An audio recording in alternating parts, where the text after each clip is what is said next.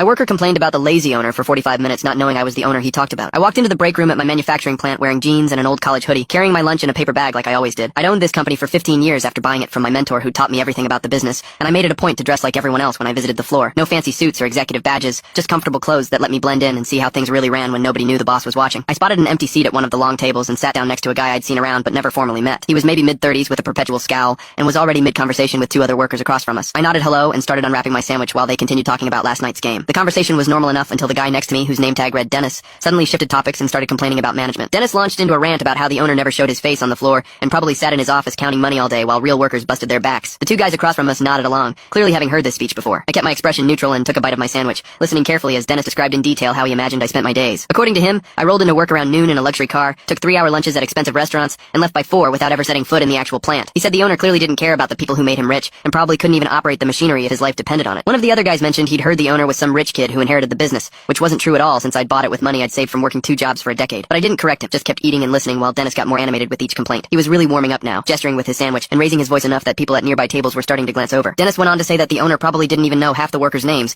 and definitely didn't appreciate how hard everyone worked to keep production numbers up. He complained about the lack of raises this year, which stung because we'd actually given modest increases to 70% of the staff based on performance reviews. I knew not everyone got raises because not everyone deserved them, but apparently Dennis felt entitled to more money regardless of his contribution. He started listing all the ways he thought the owner was incompetent, including the recent decision to upgrade our quality control systems, which Dennis called a waste of money that could have gone to worker bonuses. I happened to know that quality control upgrade had already caught 3 major defects that would have cost us a huge client contract, but Dennis clearly didn't have that information. His buddy across the table asked if Dennis had ever actually seen the owner, and Dennis snorted and said he wouldn't recognize him if he walked right past him in the hallway. The irony wasn't lost on me as I sat there 6 inches from his elbow, drinking my water and letting him continue. The rant continued for another 10 minutes as Dennis described how he'd been working at the plant for 8 months and had never once received recognition for his contributions. He said he worked harder than anyone else on his line, and that the owner probably didn't even know his name or care about his excellent attendance record. I made a mental note to check Dennis's file later, because I had a feeling his version of events might not match reality. One of the other workers tried to change the subject, but Dennis was on a roll now, complaining about the break room coffee being cheap and the parking lot needing repaving and a dozen other issues, both valid and petty. Some of his complaints were actually fair points that I'd already been working on with my operations manager, but others were just whining about normal workplace inconveniences that every company dealt with. Dennis declared that if he ever met the owner face to face, he'd tell him exactly what he thought about how the place was being run, and that someone needed to give the boss a reality check about what actually happened on the floor. The two guys across from us were starting to look uncomfortable now, probably sensing that Dennis was going too far, but he didn't pick up on their body language at all. I finished my sandwich and wadded up the paper bag, still not saying anything while Dennis pivoted to complaining about the company's safety protocols. He called them overkill, and said the owner was probably just worried about lawsuits rather than actually caring about worker safety. This one particularly annoyed me because we'd implemented those protocols after a serious accident